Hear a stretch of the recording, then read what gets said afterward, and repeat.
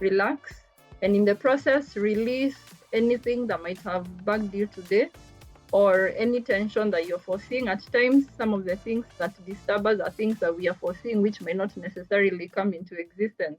At times, we can tell when the battery is hitting low. Can I tell when my emotions are hitting a low? Well, you are not alone, if at all you are there. Around 30 to 50 people out of 100 who are walking around about us, they are way down and they are battling the issue.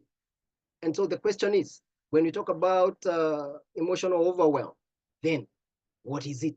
It's good for us to define. And at this point, also ask yourself, could you be one of the people that you're talking about? Could you be among the 30 to the 50 who, be it an issue of your family, it's wearing you down, your job, your workplace, your business, your daily involvement is pulling you down, has drained you and left you empty? We'll get to that. What is emotional overwhelm? Emotional overwhelm is when life demands pile up, draining our energy and clarity. Get that point very well because it's very key. It is all about life. You know, when we talk about stress or emotional overwhelm, it is the normal things that are supposed to be happening, the normal things that we go through. But now when they pile up and they start standing before our eyesight as a mountain, they are piling up. What do? They drain our energy and clarity. Our focus is affected. Please note, overwhelm is not a one-time event. It builds over time. And that's why the word they are piling up, piling up. It builds over time. And it is good for us to know what many people don't realize how slowly they accumulate the emotional and the mental clutter until they shut down. Very important for us to note. When we talk about shutdown, that is a general term. But now when we talk about emotional shutdown, that is depression. If you get to a point whereby you are continually, persistently out of energy, your focus is gone, your energy is deprived, as in you are on an empty, then what will happen is a shutdown. Nobody ends up in depression within a day. It is progressive. And we have said that is what happens when things pile up. As we are going through this talk, it's good to keep asking yourself, could that be me? Maybe you're there. You are going through one of the things that we've mentioned. Don't hesitate. You can mention something at the chat section, and we'll be able to pick it. What is the cost of emotional overwhelm? It has a cost. There is something you will have to pay for it for as you get drained like that. Overwhelm erodes your sense of purpose. It erodes your deep connections with others. It erodes your physical energy, your spiritual connection, and physical health. Precisely, overwhelm, emotional overwhelm erodes your vitality, your life. Because when you talk about sense of purpose, while we were kicking off, Pauline said, we have discovered this is our purpose. We are within our purpose. Now you can imagine when you get to a point you don't know your purpose. And I'm not talking about just teenagers who are discovering themselves. They're trying to get identity or to understand what they ought to become. I'm talking about someone who is in the adult age and they feel this life has no purpose. You get to a point your connections are depleted. They are affected. Are we talking about family? Are we talking about marriage? Are we talking about work, relationship? Emotional overwhelm will eat into the connections that you have. And so by the end of the day, you wake up in the morning and you realize you no longer communicate with your spouse. You don't talk with each other. Is that the word? You don't communicate. But now what you do is you throw words at each other. Where did we get there? It is when we allowed our emotional overwhelm to drive us to that point. Physical energy. When you are physically, you feel physically drained. As a result of what? Again, emotional overwhelm. And of course, spiritual connection, get to a point, whatever you ascribe to as your spiritual focus, you get to a point you are losing it. You are losing it. It's no longer having the oomph. It's no longer having that life that we enjoy from our spiritual connection, and of course the physical life. Without regular emotional resets, the buildup leads to burnout. Please underline that word, burnout. Burnout. So many people wake up in the morning, report to wherever they report to, but they are burnt out. These people, they have no room to accommodate anything else. And now with time, this burnout now will grow. And we said, remember, all these things are happening over time. Always remember, overwhelm, emotional overwhelm builds silently over time.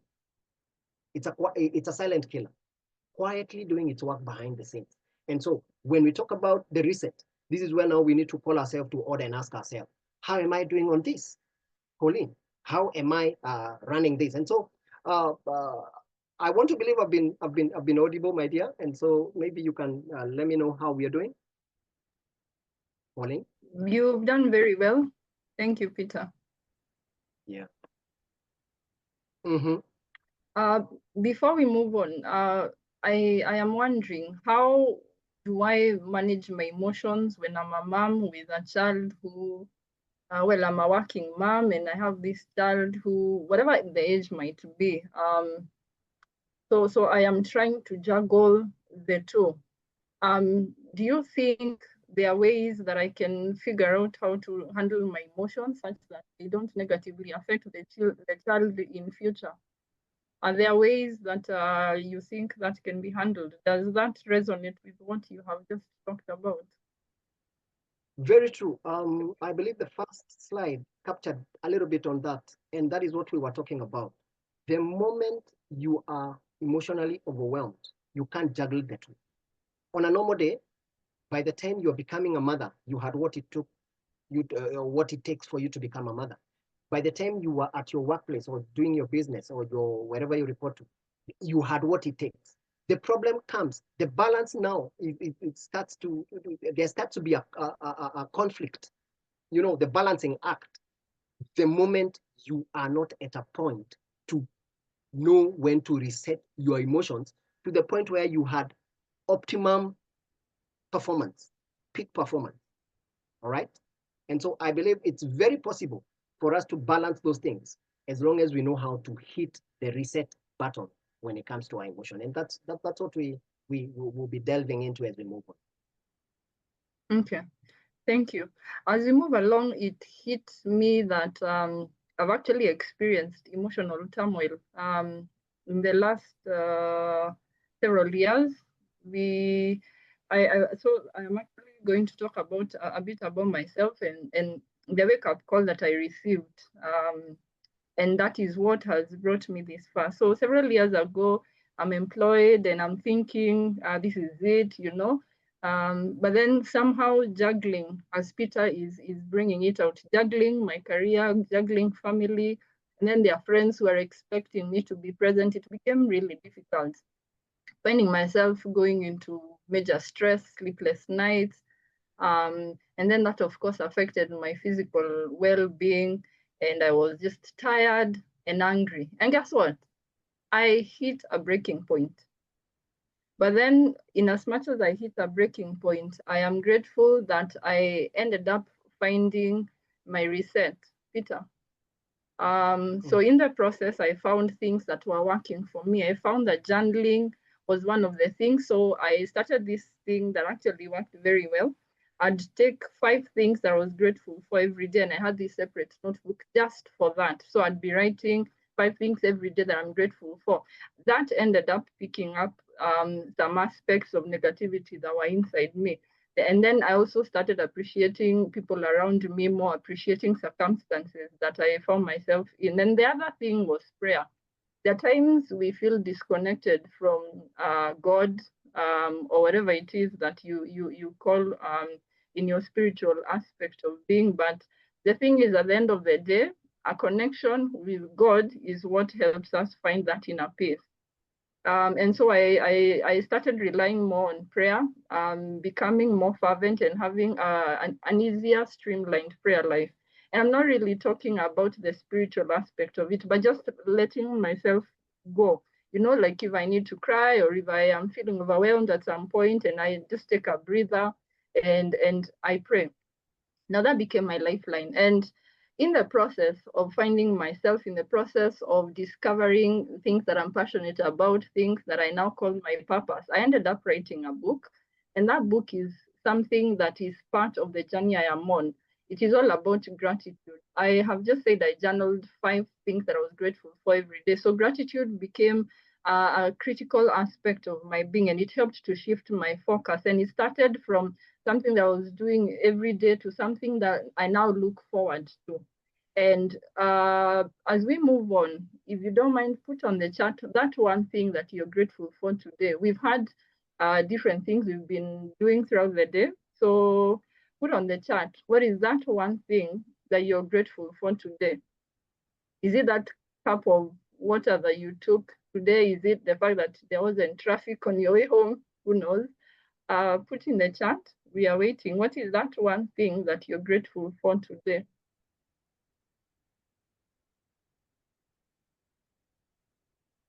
Can be anything, or you'd like to unmute. Maybe one person can unmute and tell us what you're grateful for. Yes, Quincy, I am grateful for my children. Thank you. My family, Phyllis. Anyone else?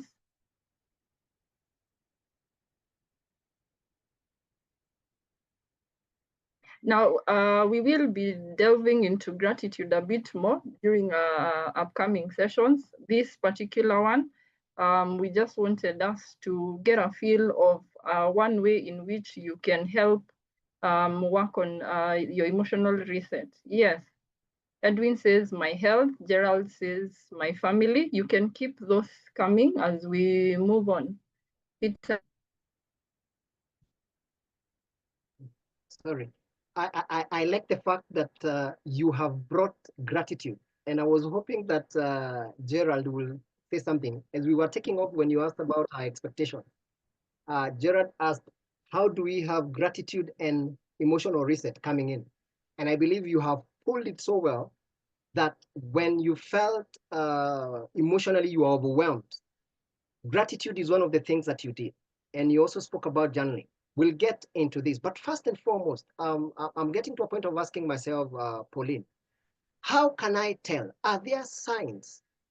Is it possible for me to monitor myself or the people around about me to a point I can tell this person is hitting an emotional overwhelm? I'm heading towards an emotional overwhelm. Now, listen, the body has a way of telling us when it's being pushed beyond limits at any given time. Please, if I had thought about this when we were taking off, I would have given you an assignment for you to monitor the way you're seated right now and tell me whether by the end of this session you'll be sitting the same. Of course, you'll have adjusted. You know, I was doing that so that I can adjust. I was using that as an opportunity to adjust. But the point is this: I have adjusted because my body is telling me I'm almost hitting a numbness of a kind. I'm having a numbness. And so the body is communicating to me. When you hear people sliding into depression, it's because they shut their ears, be it their physical ears or their emotional ears or the ears with which we can tell, you know, the feelings. They shut themselves to that notification. Let's look at a few. And one of them is, when you talk about now, we are just looking at a few. There's so many, we cannot be able to engage with all of them. But if we mention the common ones that stand out, we'll be able to do well. Number one, tight shoulders, and especially around this area. You see around here, you feel a tightness of a kind. And this is the time you find someone, you're stretching over and over again, but it's not hitting that point where you feel, I've relaxed. Emotional overwhelm, that's a sign. Shallow breathing, very key. Friends, shallow breathing. And by the way, most of us, this is where we live. Our breathing is the shallow kind of breathing. There is the right one, and I believe we'll be engaging with it down this presentation. Fatigue, tired without getting over it. You go to sleep tired, you wake up tired. Emotional overwhelm, numbness. You can't feel part of your leg. You can't feel part of your shoulder. There's that feeling of being numb. It could be emotional overwhelm. All these we are saying these are pointers, they are signs. Physical fatigue, weakened immunity, weakened immunity. You lose your balance a little bit like this, and then you are having an attack, a physical attack, and you're wondering, how did we get here? And then burnout, burnout. When you get to a point, you are way, way beyond what you can handle. Now, those are the physical signs. We have emotional signs that tell us things are not okay, and especially when it comes to matters, emotional overwhelm, irritability, procrastination, emotional exhaustion. You know, there are times you are exhausted physically, and most of the time we need to do a good shower, maybe a cold one, and then you rest and you're revived, you're regenerated. But when it comes to emotional exhaustion, it doesn't matter how many showers you take, because it is not on the physical body, it's within. And now these are some of the things we need to check out so that we can tell how are we doing emotionally. Trouble focusing. Your concentration span has an issue. You are losing it easily. Feeling disconnected, be it at the family level. Those who have spouses, you're getting easily disconnected with your spouse. Those who have kids, getting disconnected. At the workplace, relationships, they get affected. When we talk about disconnected, is mostly matters relationship. How are you doing that area? Reduced ability to connect. Check the word reduced. That means you're good at connecting, but then you get to a point and realize you're not connecting as you are used to. Your capability to connect has reduced. Then that's something to check out for. Difficulty in making decisions. You don't know which one to go for. When the options are placed before you, you don't know which one to go for. You sit down and you ask yourself, where do I begin? You don't know. Then there could be a problem. Now, those are emotional. And then we have behavioral, something to do with our behavior. We've said about physical. Now we've done emotional. Behavioral, withdraw from social interactions. Not only are you disconnected now, but now it has gotten to a point you don't want to even interact. You want to stay away. On a normal day, maybe you're an introvert, yes, but even introverts have their way of socializing. Now, when you get to a point you realize your social interactions are being affected, it could be a pointer that you are having an emotional overwhelm. Overeating or loss of appetite for food and even other things, general appetite. It either spikes, we talk about stress eating, or you reduce your appetite. It could be a pointer. Increased use of substances. It is not good to use substance, but depending, allow me to put it this way, depending with your orientation.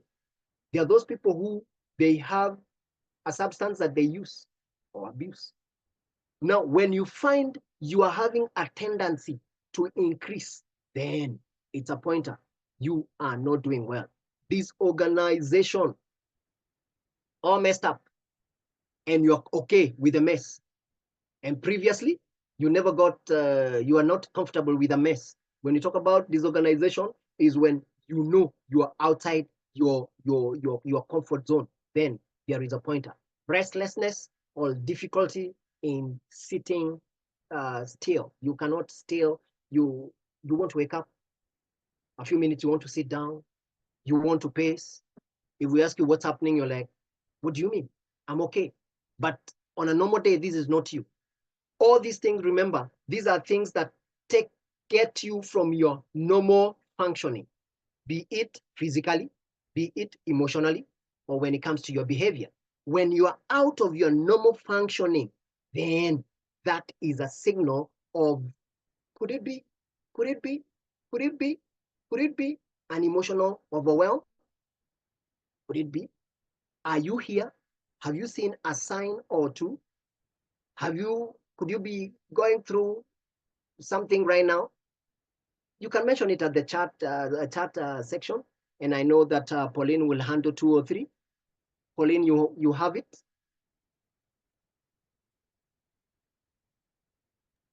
Hi, Pauline. Yes. Yes, yes. Mm-hmm.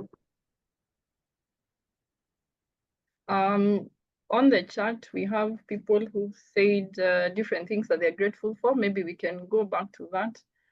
We had All right. people who were saying they are grateful for their families. We also had people who say they're grateful because they got to rest today. There are people who are grateful for different things. Thank you. Thank you very much for responding. Now, Gerald asks, is coffee a substance?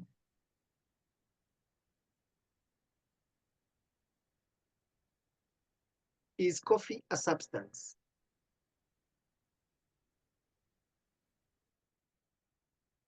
When you take it as a drink, I believe it's okay. No, now, in fact, okay. Can you abuse coffee? When you take it as a drink, that's a drink.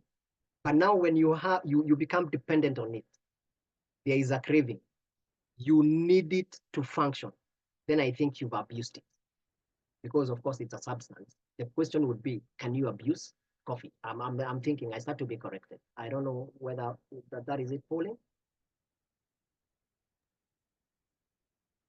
Maybe Quincy or Gerald can unmute and share their thoughts on why they are talking about coffee and tea and their opinion about it as pertains to affecting one's emotions.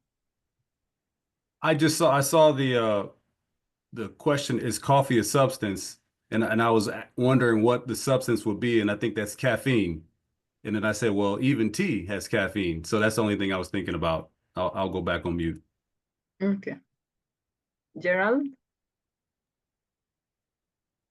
Um, to me, I don't know, because of late, I'm realizing that I could be abusing coffee, because on a daily basis, when I feel that I'm a little bit low, I seek coffee to either give me the moods or give me the energy. And anytime that I don't take coffee, I feel that there's something that I'm lacking. And that is the reason why I'm thinking that probably I could be abusing it. Because coffee itself, I don't know whether it is the nicotine in it, but I think there is a drug which is the caffeine. Coffee has more of the caffeine, and I think nicotine is on the tea. And I think these are some of the things then we need to watch out. And it is good that Peter has already brought it up in a different way when he was talking about increased use of substance. And this one now, for me, I was taking it that we need to be more, is it more on, how do you call it? Is it temperance? Not overdoing whatever that we do, whether that tea or coffee or even water. At times, you could even abuse water itself, plain water. But if you take it excessively, then it could end up being like a substance. I don't know. I stand to be corrected. Yeah, Peter? Well, I totally agree with both of them. We can abuse anything, and especially when it gets to a point where by now we need it to function. We need it to move forward. I need that substance for me to function. At that point, you've abused it. But like Gerard has ended saying, temperance is necessary. And that's why now we are saying we should watch out to see whether is my consumption of XYZ within temperance, what I call temperance, because there is that level. The moment it goes beyond that, then something is driving me to doing it. But as long as I'm doing my cup of tea in the morning and I can skip it tomorrow, I can take it in midday and I'm good to go, I think I'm within temperance. The problem comes now when I need it to function, not even to feel refreshed, but even to function, I can't. I believe at that point we've abused it, Pauline, unless you have an addition to that. Miss Nicole says too much of anything isn't good. Very true, Miss Nicole. Thank you. Peter, do you have any additional thoughts on that particular area where we were looking at other signs that show how we might be behaving to emotional overwhelm? Well, not really. We can really delve into that because there is so much we can get into. On the other hand, we know we are also trying to balance the time we got.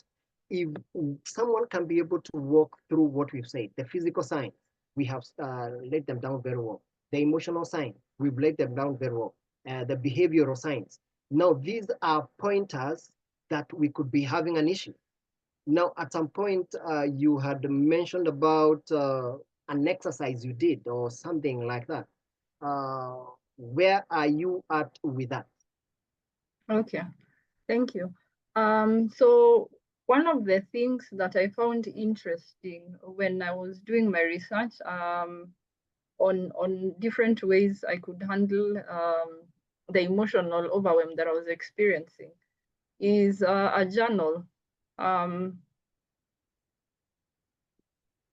So the journal, Peter, the Journal of Clinical Psychology found that mindful breathing, not just breathing, mindful breathing can improve one's focus, their cognitive function, and emotional regulation. Note the words that are there, very key to one's ability to remain sane, as it were, or how else can I put it, for one's ability to remain stable.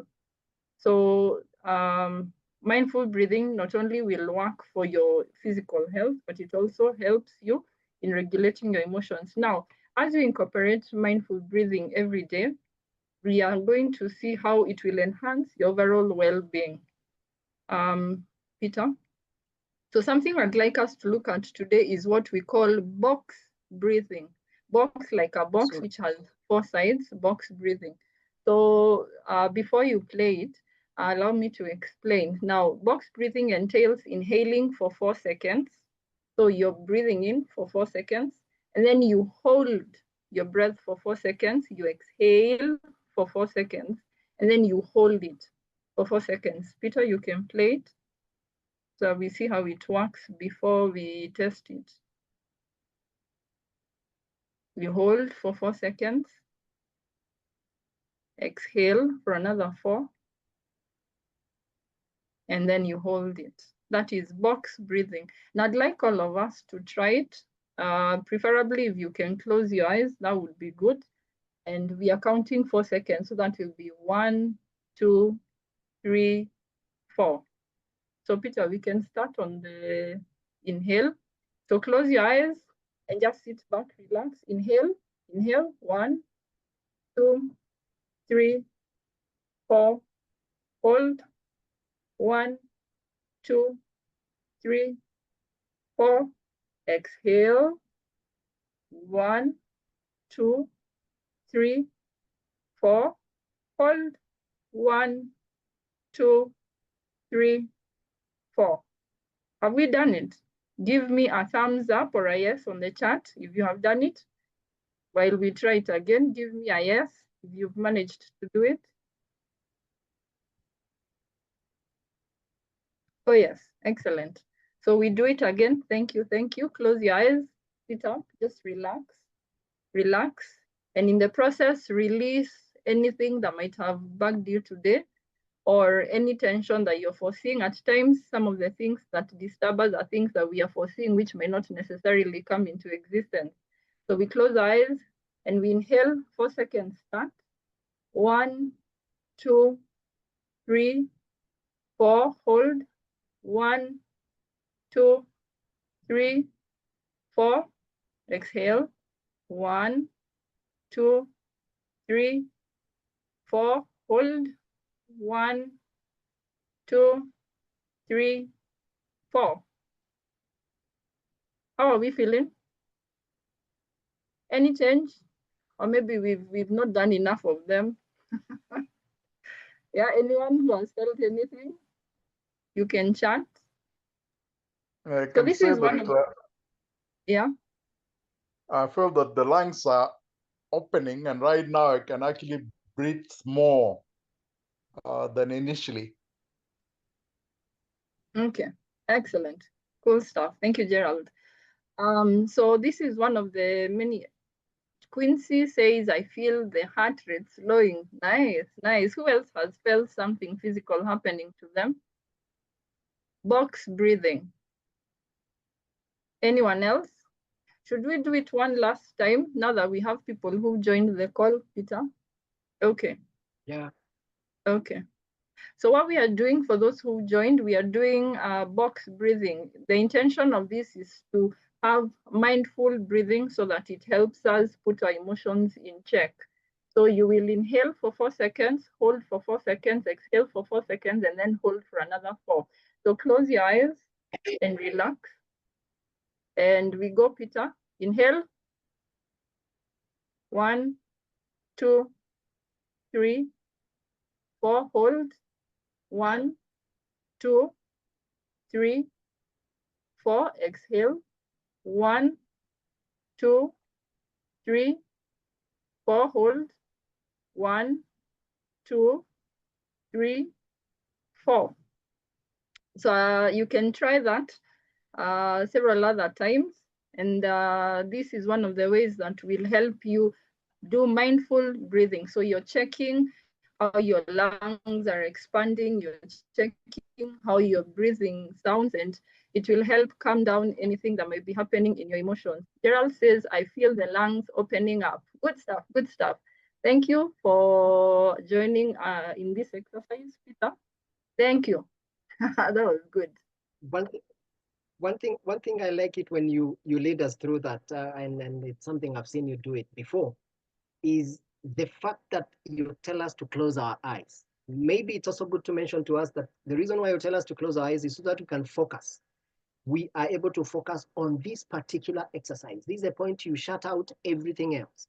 And then a set is the 4. The inhale 4, exhale, a hold 4, exhale 4, hold 4. Now that repeated 10, 15, 20 times. If we are already getting the feedback we are getting with Gerard and Quincy, it will beat your understanding, the effect it will have, and especially when you are dealing now with what we are talking about here. Because we said our point here is to hit the reset button, to hit that button. Why are we talking about hitting the buttons? Sorry, because I need to move to the good. Why are we talking about hitting that button? We are hitting that button so that, you know, man, we say, is a tripartite being, is a 3 being. There are 3 parts in us. We have the body, which most of the times we talk about the physical part of us. We have the soul. Most of the time we talk about the emotions. We talk about the feelings. We talk about the mind. We talk about the soul has the mind, the will, and the emotions. And then we talk about the spiritual man. It will amaze you that if you have the art of hitting the reset button when it comes to the emotional part, then your physical body, as well as your spiritual part of you, together with the soul, will be brought to a point of control. We have seen people get to a point of getting into depression, and then they even slide to what we call schizophrenia. Generally, we talk about madness. By that now, your physical part is totally affected here. Your emotional part is totally affected. Had you struck the reset button at the right time, you just hit it, pop, and we've been told. Pauline, when she was talking about her experience, she spoke about journaling. We've been given the box breathing. You know, just small things that we can do. And these are things we are saying, Pauline, maybe you can take it from here, where now you tell us, what does this mean? And how do we take it to the next level? Excellent. Thank you, Peter. Is there anyone who can write on the chat a point at which you recall recently or maybe a while back that you needed to hit the reset button? You can write on the chat or unmute and give us briefly your experience. Something happened, you went through something, and you actually needed to hit the reset button. Anyone who'd like to share the experience?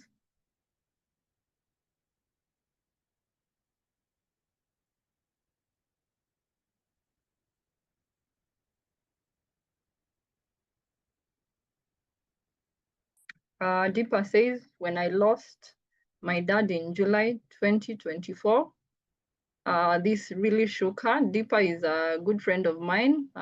She actually went through quite an emotional turmoil at that point.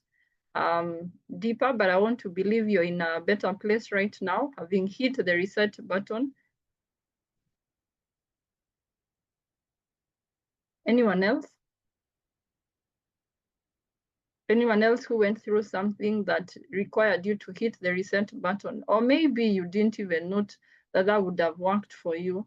You know, something was happening and you didn't think at that point that this is where I am at, these emotions are due to my emotion, this physical ailment is due to my emotions being out of place.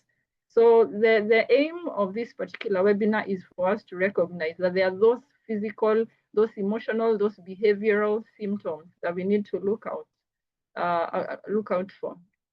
Quincy says, I had an argument with a family member and realized emotions were too. Wow. So many of us have actually been there. We can relate. Thank you for sharing. Anyone else who would like to tell us the point at which they had to hit a reset button? Maybe you were at work and you had a fallout with a colleague or a boss or one of your employees and something just happened and emotions were flying all over. As we move on, we would like to mention something that is coming up that is of value to you. This was just one of several occasions that we are hoping to meet you. Now, the second one that's coming up is another free webinar.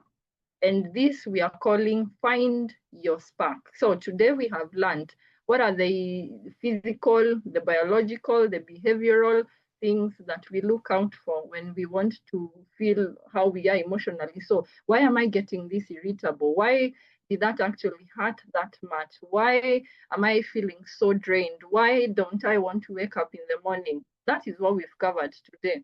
But beyond that, we want to now delve into how to bring in that peace. We've hit the reset button. So what do I need to do to bring in the peace? So we want to discover not the how, but along the journey, there is the place we want to find ourselves. So this is who I am right now, but this is who I need to be. I am a mom, I am a dad, I am an employee, I am a boss somewhere. How do I need what kind of person do I need to be? You know, not necessarily the how, but the other version of the person you want to be. So I want to be peaceful. I want to be forgiving. I want to be slow to anger and slow to speak, but quick to listen.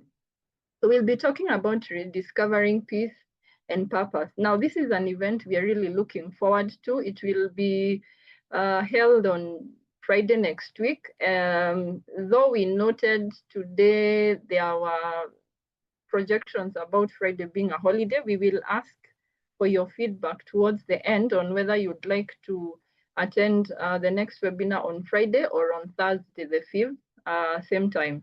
Now we are ready for you, and the question is, are you ready? Are you ready? Can we get a yes? Are you ready? Can we get a yes on the chat? Are you ready? Are you feeling inspired to hit that reset button? Are you feeling inspired to let someone know that this is happening and it is making a change? Excellent. I can see yeses coming in. Are you ready? Another yes? Another yes, so that we can move on. Any other yes? We are many here, so yes. Val, thank you. You're ready. Who else would like to tell us whether they are ready? Or maybe you're not. Maybe you need to first go do the box breathing. You know, you want to feel where you are at. So you decide whether you're ready to move on. Are you ready? We are ready for you. And so we'd like you to watch our socials on the upcoming event and bring a friend so that we can rediscover ourselves together. So before I hand this back to Peter for any other words or wisdom nuggets he might have, I'd like to ask, would you rather we hold the next webinar on Thursday or on Friday, which is a national holiday in Kenya? Do we do it on Friday or do we do it on Thursday? What are your thoughts?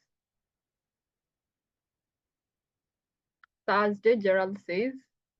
Friday, Val says. Any other persons with a thought, a suggestion? Okay.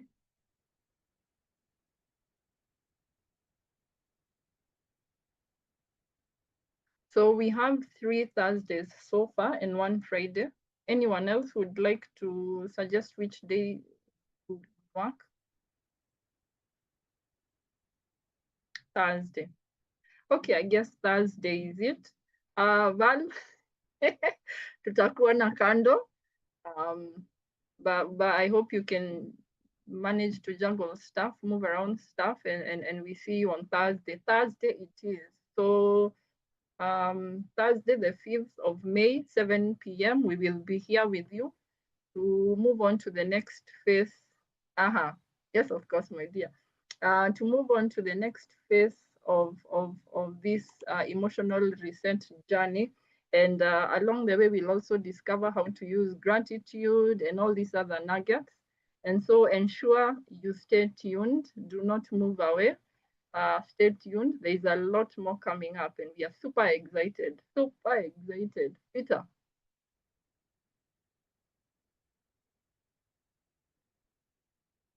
You are muted. I had forgotten that.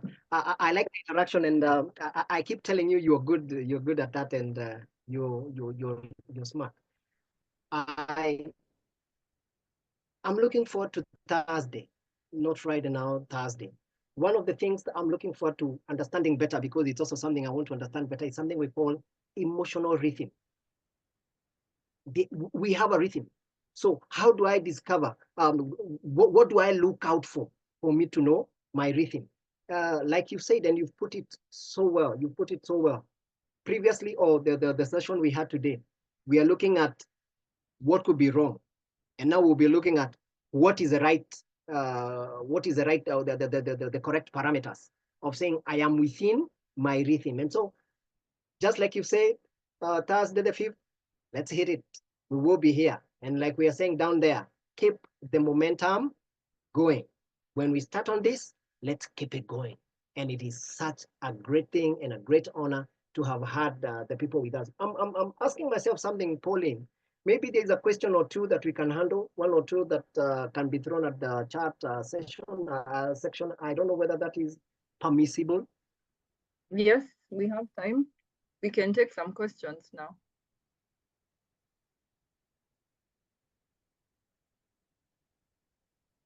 Any questions, you can chat, you can unmute.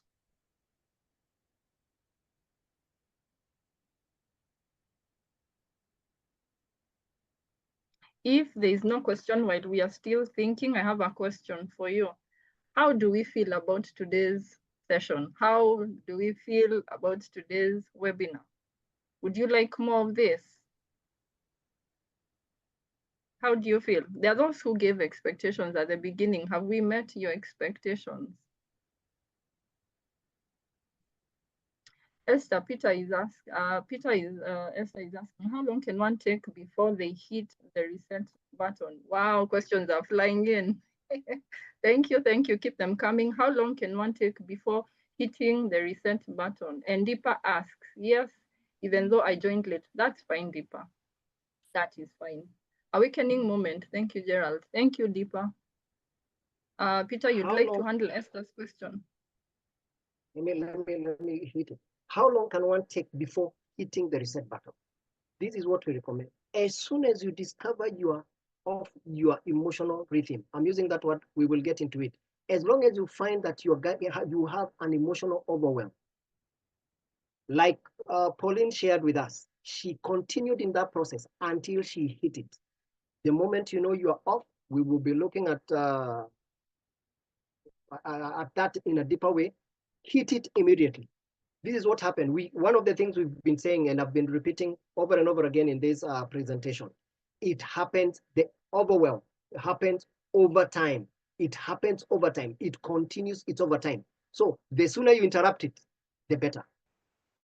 As soon as you know you are off, hit it. Hit that button. All right. I believe that that is it. I don't know whether there's another one. Good breathing exercises. Maybe Quincy can take it to the next level. Try doing that, Quincy, especially while lying down. While lying down, you just focus and you do 10 to 15 sets. You will come back with a new story. Definitely. Pauline? Thank you, Peter. Are there any other last questions or comments? Someone who has something they'd like to share while we call it a day?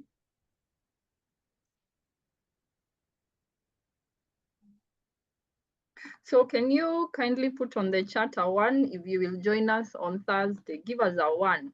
Give us a 1. Actually, give us an 11. This 1 is for you and 1 is for the other person you're going to bring in. You're going to bring someone excellent, excellent. Thank you. Thank you. We let our networks know. There is a lot to learn, especially with the emotions running high, both in our country and in other nations, in our homes, places of work. Such a forum is really helpful. So let someone else know. And remember to join us on Thursday, the 5th at 7 a.m. Kenyan time. Deepa is asking, yes, 7 p.m. Deepa is asking why not develop a WhatsApp group for this forum and we grow and learn. Very good idea. Thank you, Deepa. How do we go about it? We don't have people's numbers on the form they were filling out. Yeah. Maybe we can do that during the next session. We will have figured that out and we will share. So kindly ensure you join. Next week, we will have created the group and you'll have something to click on and join. Meanwhile, we are so grateful that you have, yeah, Gerald Deepa is a marketer. She is always thinking along the lines of how to group people together to gain more value. Thank you. We are grateful to every one of you who's joined tonight. We trust that this forum has been very effective. Go practice the box breathing and let us hear on our socials how you found this event. We are on Facebook. You can go there and leave us a comment or two so that we know the way forward. Meanwhile, we trust that you will be okay emotionally. If there are any buttons that you need to reset, ensure you hit them. If you need to reach out to Peter or myself, you can always DM us and we will be available to see how we can move along this journey together. From my desk, I am grateful and I've enjoyed tonight's session. Have a lovely evening, and Quincy and Miss Nicole have a lovely day. Yes, we shall share the slides if you can leave us. Okay. So if you had filled out the registration form, we have your emails, right? Esther, had you filled out the registration form?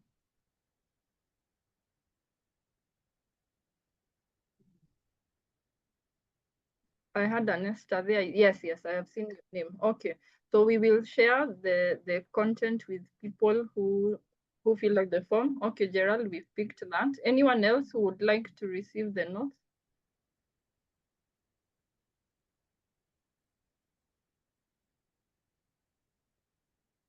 You can leave your email address there and we are going to pick it up.